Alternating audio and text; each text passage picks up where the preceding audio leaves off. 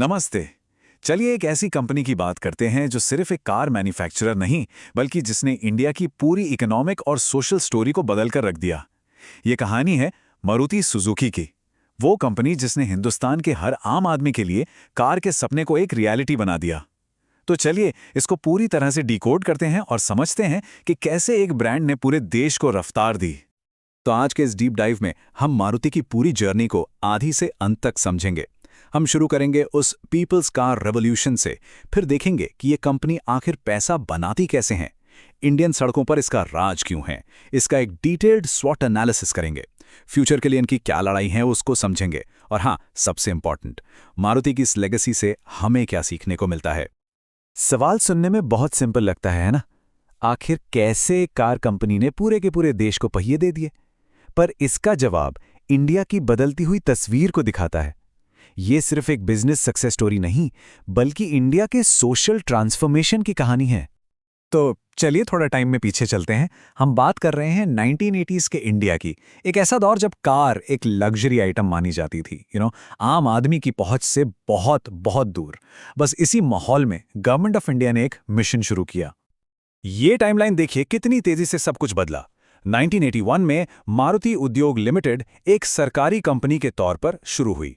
सिर्फ एक साल बाद 1982 में जापान की सुजुकी मोटर कॉर्पोरेशन के साथ एक हिस्टोरिक जॉइंट वेंचर साइन हुआ, और फिर 1983 में एक आइकॉन पैदा हुआ, the Maruti 800।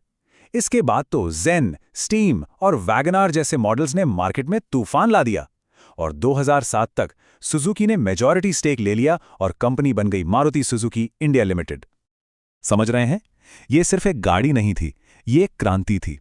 Indian middle class के लिए तरक्की और आत्मनिर्भरता का सिंबल बन गई। आप इस बात से अंदाजा लगा सकते हैं कि पहली मारुति 800 की चाबी खुद उस वक्त की प्राइम मिनिस्टर इंदिरा गांधी ने उसके मालिक को दी थी। ये एक कार से कहीं ज्यादा थी, ये एक सपने के सच होने जैसा था। चलिए हिस्ट्री से निकलकर अब कंपनी के बिजनेस इंजन को समझते हैं। आखिर इतनी बड़ी कंपनी चलती कैसे है, इसका रेवेन्यू मॉडल क्या है, पैसा कहां से आता है। इस नंबर पर एक नजर डालिए, लगभग 4 लाख करोड़ रुपए। ये मारुति सुजुकी की आज की वैल्यूएशन है। ये फिगर अपने आप में बताता है कि हम किसी छोटी मोटी कंपनी की नहीं, बल्कि इंडियन स्टॉक मार्केट के एक पावर हाउस की बात कर रहे हैं। इस वैल्यूएशन तक पहुंचना, ये अपने आप में केस स्टडी है। मारुति की सक्सेस का एक बहुत बड़ा राज है उनकी ड्यूअल रिटेल स्ट्रैटेजी। उनके पास 2 तरह के शोरूम्स हैं। एक तरफ है अरीना, जो मास मार्केट और फर्स्ट टाइम बायर्स पर फोकस्ड है। यहाँ ऑल्टो, स्विफ्ट और ब्रेजा जैसी गाड़ियां मिलती हैं, और कंपनी की टोटल सेल्स का लगभग 68% यहीं से आता है। और दूसरी तरफ है नेक्सा, जो प्रीमियम और एस्पिरेशनल कस्टमर को टारगेट करता है। यहाँ बेलिनो, ग्रैंड विटारा जैसी गाड़ियां एक हाई एंड एक्सपीरियंस के साथ मिलती हैं। Absolutely brilliant strategy, right? Maruti का बिजनेस मॉडल सिर्फ गाड़ियां बेचने पर खत्म नहीं होता। उन्होंने एक पूरा इकोसिस्टम बना रखा है। जैसे मारुति जेन्युइन पार्ट्स, जो रिलायबल और सस्ते स्पेयर पार्ट्स प्रोवाइड करते हैं। मारुति ट्रू वैल्यू, जिसने सेकेंड हैंड कार मार्केट को ऑर्गेनाइज कर दिया। फिर मारुति फाइनेंस और इंश्योरेंस, जो कस्टमर को वन स्टॉप सोल्यूशन देते हैं। और सबसे इंपॉर्टेंट, 5500 से ज्यादा सर्विस टच पॉइंट्स का इतना बड़ा नेटवर्क, जो कस्टमर को कहीं और जाने ही नहीं देता। ओके, बिजनेस मॉडल तो सॉलिड है, लेकिन अब कंपनी के मार्केट डोमिनेंस की बात करते हैं। आखिर ऐसी क्या वजह है कि इतने सालों और इतने कंपटीशन के बाद भी मारुति आज भी इंडियन सड़कों का अनडिस्प्यूटेड किंग है? आइए इनके कॉम्पिटिटिव एडवांटेजेस को एनालाइज करते हैं। ये चार्ट देखिए, नंबर्स झूठ नहीं बोलते। मारुति सुजुकी अकेले लगभग 40% मार्केट शेयर लेकर सबसे आगे खड़ा है। उनके जो सबसे क्लोज कंपेटिटर्स हैं, महिंद्रा और टाटा, वो काफी पीछे हैं। हाँ, ये जरूर है कि पहले मारुति का शेयर 50% से भी ऊपर था, जिससे ये पता चलता है कि कंपटीशन तेजी से बढ़ रहा है, लेकिन किंग अभी भी अपनी गद्दी पर कायम है। तो इस राज का सीक्रेट सॉस क्या है? पहला, उनका डिस्ट्रीब्यूशन नेटवर्क, जिसका कोई मुकाबला नहीं। 3000 से ज्यादा एरीना और 500 नेक्सा आउटलेट्स। दूसरा, कॉस्ट एफिशिएंसी। उनकी ऑपरेशनल कॉस्ट कम है, इसलिए गाड़ियां अफोर्डेबल हैं। तीसरी और शायद सबसे जरूरी बात, लो मेंटेनेंस और हाई रीसेल वैल्यू। इसके अलावा वो इंडियन मार्केट को जानते हैं, वो कितना देती है वाले सवाल का जवाब देना जानते हैं। और आखिर में 40 साल का भरोसा। ये सब मिलकर उन्हें अनबीटेबल बनाता है। चलिए अब एक प्रॉपर बिजनेस एनालिस्ट की तरह इस कंपनी का स्वॉट एनालिसिस करते हैं। यानी इसके स्ट्रेंथ्स, वीकनेसेस, अपॉर्चुनिटीज और थ्रेट्स को एक एक करके समझते हैं।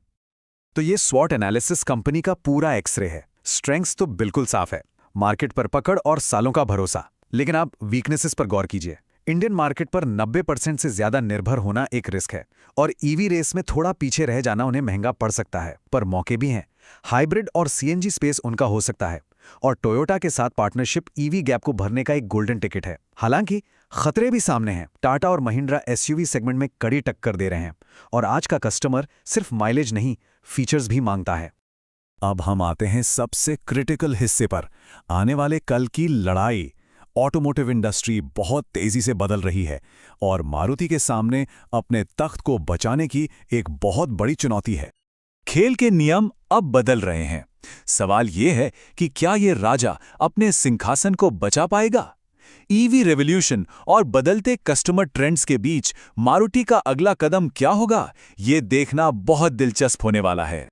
चुनौतियां बिल्कुल साफ हैं। पहली, ईवी रेवोल्यूशन, जिसमें इनके कॉम्पिटिटर्स आगे निकल चुके हैं, और दूसरी, मार्केट का एसयूवीज की तरफ शिफ्ट होना।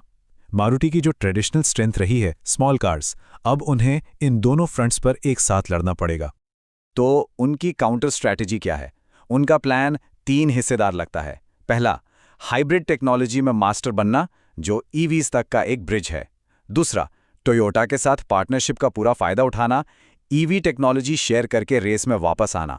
और तीसरा, प्रोडक्शन कैपेसिटी बढ़ाना, 18,000 करोड़ रुपए के निवेश से एक नया प्लांट लगाना। ये एक साफ और सोची समझी स्ट्रैटेजी लगती है।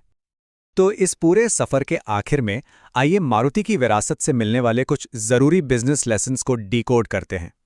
इससे हम क्या सीख सकते हैं? मारुति के सफर से हमें बहुत कुछ सीखने को मिलता है। पहला, अपने कोर कस्टमर को किसी और से बेहतर समझो। दूसरा, सिर्फ प्रोडक्ट नहीं, एक पूरा इकोसिस्टम बनाओ। तीसरा, स्केल और डिस्ट्रीब्यूशन आपके सबसे बड़े सुरक्षा कवच हैं। चौथा, ब्रांड ट्रस्ट की ताकत को कभी कम मत समझो। और सबसे इंपॉर्टेंट, चाहे आप कितने भी बड़े क्यों ना हो, बदलाव के साथ बदलो, वरना आप इररिलेवेंट हो जाओगे। और ये हमें आखिरी सवाल पर लाता है। जैसे जैसे इंडिया एक इलेक्ट्रिक फ्यूचर की तरफ तेजी से बढ़ रहा है, क्या मारुति इस बदलाव को लीड करेगा या पीछे छूट जाएगा? इस सवाल का जवाब ही मारुति का अगला चैप्टर लिखेगा। सोचने वाली बात है।